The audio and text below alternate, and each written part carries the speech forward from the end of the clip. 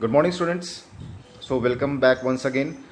So, we are going through the chapter The Earth in Our Solar System, the first chapter of geography. Yesterday, we had certain discussions or certain introduction about certain things like sun, moon, means what is satellite, what are planets.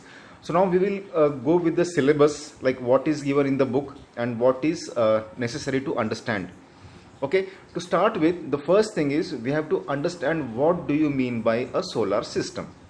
A solar system consists of, our solar system consists of the sun, its planets, satellites, and all other heavenly bodies.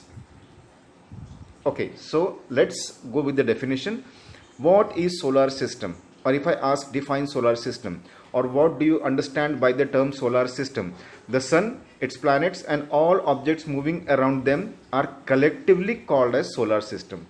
It is not a single thing. It is neither only sun or planets or stars or satellites. It's a collective thing. All together, sun, planets, and all objects moving around sun or the planets are collectively known as a solar system. We'll just try to see how does it look like. So it's in a book also. You can see. We have seen yesterday that the center of the solar system is our sun. It is the center of solar system. It is the biggest or heaviest element of the solar system. Now these are planets. They all revolve around the sun. They revolve around the sun continuously in a fixed path which is called as orbit. Every planet has its own orbit. So they don't collide with each other. So they move continuously in their own orbit. That we have seen yesterday. Fine. Going ahead, we will see about the sun. Okay, the sun, the moon, and all those objects shining in the night sky are called celestial bodies. In the night, when you stand, we are on the planet Earth.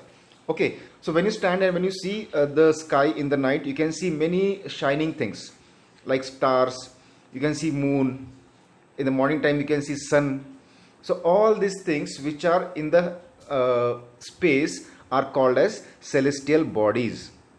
Now understood what is celestial bodies? We also call them as heavenly bodies.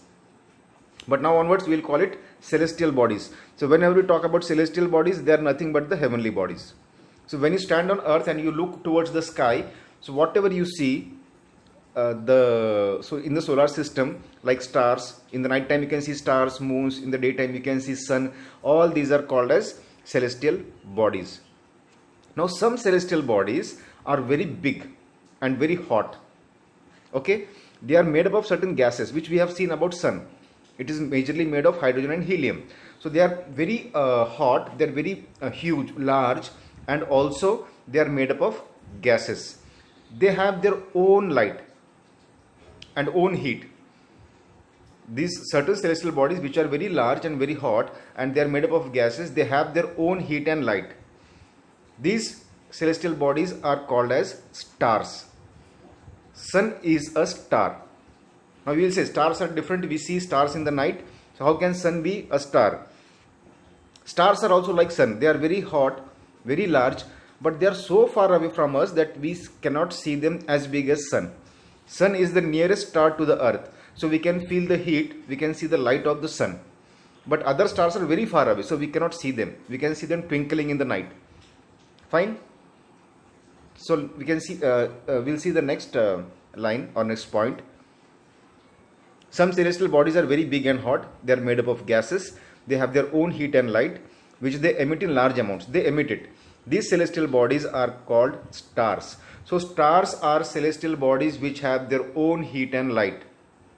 Fine. The sun is a star, which we have discussed. The sun is a star. Similarly, the various stars which we see in the night, they are also like sun. They are very big, but they are very far away, so they look very small to us, very tiny to us. They are also very hot, but again they are very far away, so we cannot feel their heat. So we'll see the next point. Countless twinkling stars in the night sky are similar to the sun. They are also stars. They also have their own heat and light. But we do not feel their heat or light because, why? And they look so tiny because they are very far away from us. They're very far from the earth. So we cannot feel their heat, and also we cannot see their light much. Understood? Fine. Now, have you ever wondered when you see the stars in the night time? Sometimes you can make out a figure. You can see that when you're looking at the stars, you can see that some stars are arranged in a particular manner. So you can imagine a picture of this. They are called as constellation. Our next thing is about constellations. While watching the night sky, you may notice various patterns formed by different group of stars. These are called constellations. Suppose you do one thing today night. Go on your terrace, look towards the sky. You can see certain stars are formed in a group and they make a pattern. So you can think about a picture in this. Sometimes if you see, you can see an elephant. Sometimes you can make an apple. Some stars come together. But there are certain stars who are permanently in that position and they make a particular pattern. They are called as constellation. One of the major constellation is Ursa Major, or we call it Big Bear. We call it Big Bear, or we call it Ursa Major, is one such constellation. A part of Ursa Major is also we call as Small Bear, and in Indian language we call as Saptarishi. You know what is Saptarishi? Sapta means 7, Rishi means saints or sage, those who worship. Okay, so 7 sages sitting together, it means we can feel that the stars make certain pattern. So one of the most easily recognizable constellation is Small Bear or Saptarishi. Sapt, 7, Rishi, sages or saints, you can say. It is a group of 7 stars that form a part of large Ursa Major constellation. They are a part of large constellation, Miss Big Bear or Ursa Major. So we'll just try to see the figure. This is what is called, we call as Big Bear. Now here you can see they are stars. These points, they are stars. These twinkling white spots, they are stars, and we have connecting line with them. So it makes like the 2 legs of bear, 2 front legs of bear, 2 back legs of bear, body of a bear, tail of a bear. So if you look at it, it resembles a big bear. So we call it Big Bear, or it is also called as Ursa Major. Then we'll see about the Saptarishi.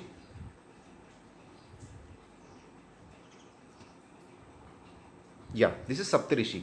It looks as a small spoon. So you can see here, why we call it Saptarishi, there are 7 stars. 1, 2, 3, 4, 5, 6, 7. So they say that they are 7 sages or 7 saints sitting there. It is also called as Small Bear. It forms a part of Major Ursa. Fine. So these are called as constellation. So when stars come together and they make a particular pattern, we call them as, that group of stars are called as constellation. Okay, so going ahead, we'll see about pole star. The North Star indicates the north direction. We call it, there is a star which is always in the north direction. It's very bright. We can easily see it. The North Star indicates the north direction. It is also called as pole star because it indicates the north pole. So we call it pole star also. So other name for North Star is pole star. It always remains in the same position in the sky. So what used to happen in our ancient times when they didn't have compass or any other things, like today we have GPS system, all these things. Previously we had compass. Before that, prior to that age, people used to travel with the help of this North Star. They will look into the clear sky. If the sky is clear, they could easily find the North Star, very bright star. So they can understand that this direction is north direction. So then they can understand that this direction is north direction, backside is south direction. Here it is east. Here it is west. So they can make the directions based on that pole star. Now how to locate a pole star? Now we had seen about Saptarishi or a Small Bear. If you try to analyze it, the 2 points, if you see directly, now if you see this is the Saptarishi. So these 2 stars, if you see directly in a line, it will indicate towards the pole star or the North Star. Understood? So if suppose sometimes there is a doubt whether it's a North Star or not, you can see the Saptarishi. Though you are very young age, maybe you cannot see it clearly, but you can use the help of your parents or elder people, grandmother, grandfather. They are more experienced with this. They can tell you that these are the stars which form the Saptarishi or a Small Bear.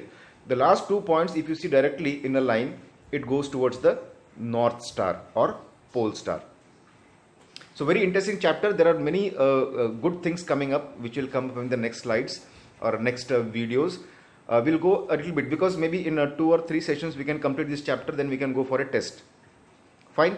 So just my request is, go through the test book. I think all of you have got the test books. Till this point, till the pole star, go through the test book. Read it once. Fine. So thank you. Have a nice day.